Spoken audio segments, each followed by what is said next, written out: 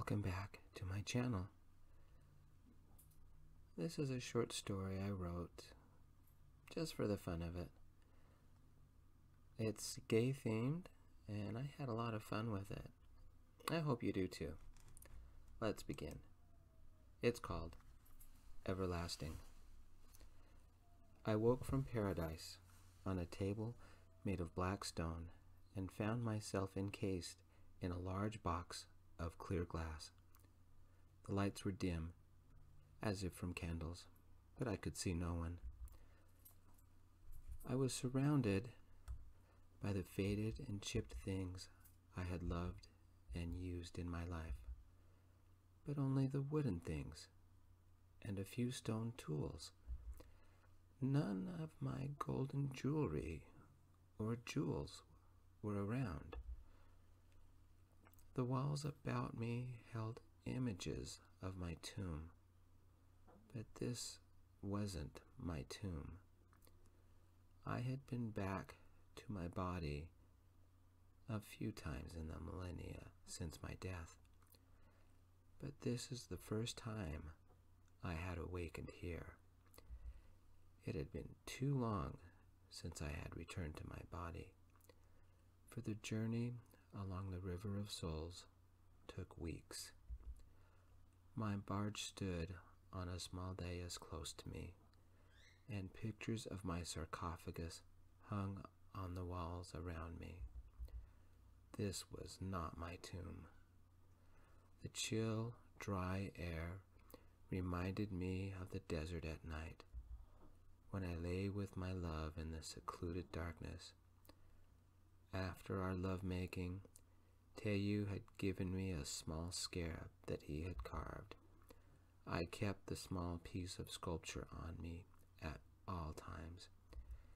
In death, the priests had kept it with me. One of them knew of my secret love, and that he had made me a memento of our love. From as far as the field of reeds, I sensed its theft. Somebody had stolen it from me. That was what had awakened me. Someone had taken the gift my love had given me the last time I had seen him. My last night alive. The high priest poisoned me so he could sleep with my queen and rule Egypt. I had my revenge, for Osiris would not let the high priest or my queen enter the field of reeds. Their souls rotted in some forgotten tomb. I sat up, confined by the glass box around me. The dead are strong, especially when we hunt a thief. I pushed against the glass, and it shattered under my touch. The linen the priests had used to wrap my body had rotted over the many years and tore as I moved. I stepped off of the table and looked at a small portion of my possessions. Not all were here. Neither were the servants that had died to attend me. I shambled out of the room, sensing the direction of what was mine. I must have it back, because it was all I had of Teyu, all I would ever have.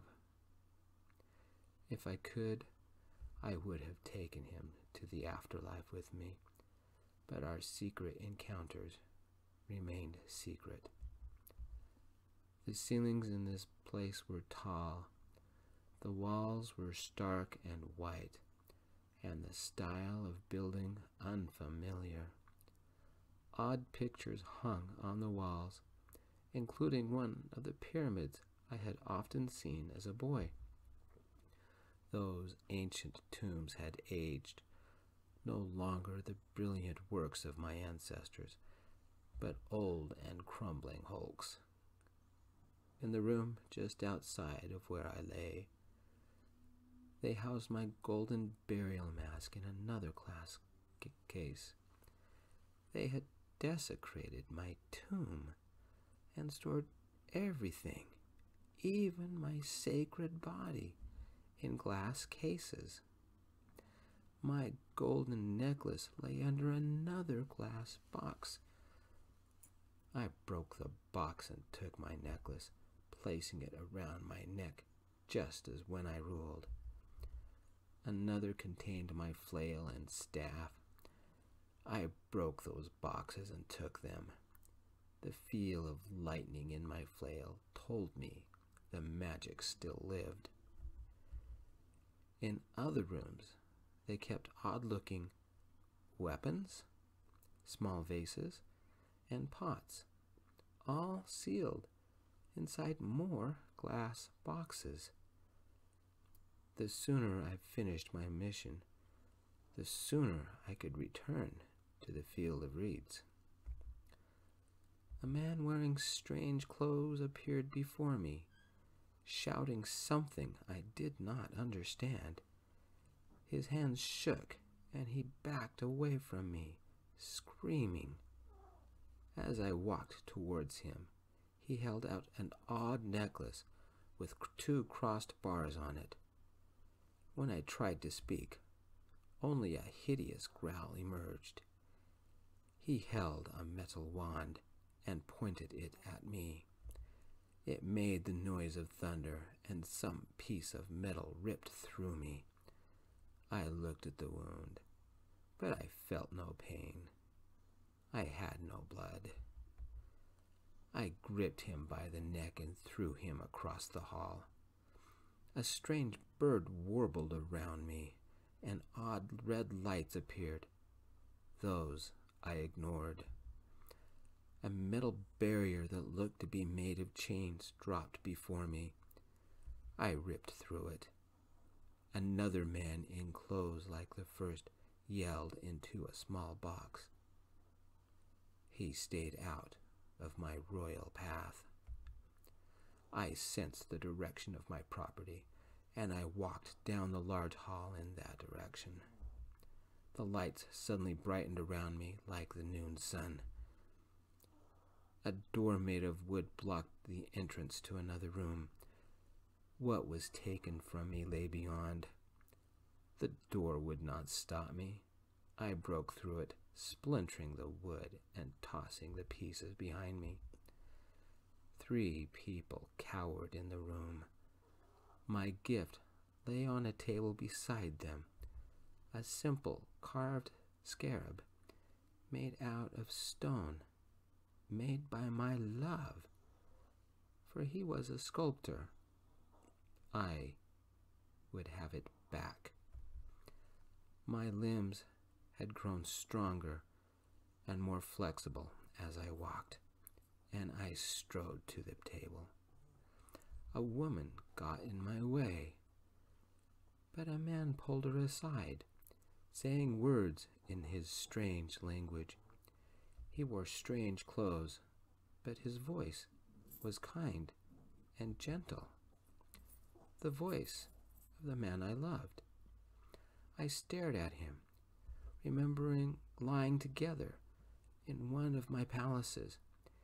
He had a gentle touch, and being with him made me happy. I rejoiced at seeing him again. Impossibly, Taye survived. Hor aha, the man said, and I understood him. Do you remember our last night together? My voice, so long unused, was little more than a croak. Taye? I managed to say. I reached out and held him. The woman screamed and made an odd motion about her chest that I assumed was religious. More men entered the room, waving their odd wands. Taye, my love, I gently said.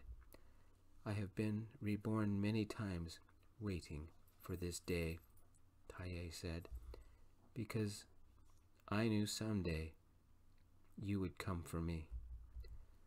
The men with wands held them out, shouting in their barbaric tongue.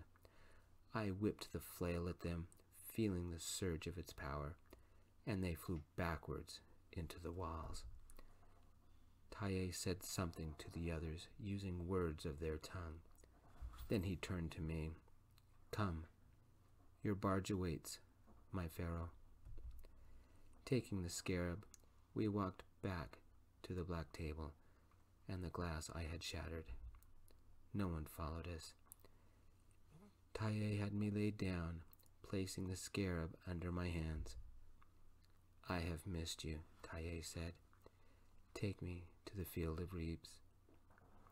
He laid beside me, and I cradled my love in my arms. I summoned the power of the flail to guard us, and I prayed to Osiris. We were ready. As we slept, we climbed aboard the barge and sailed back to the field of reeds. The journey took weeks, but seemed only a few moments, because my love traveled with me. My new tomb, though not what I had expected, had plenty of servants to keep our bodies safe, and plenty of strange finery I could use, because I had a palace to build for the two of us.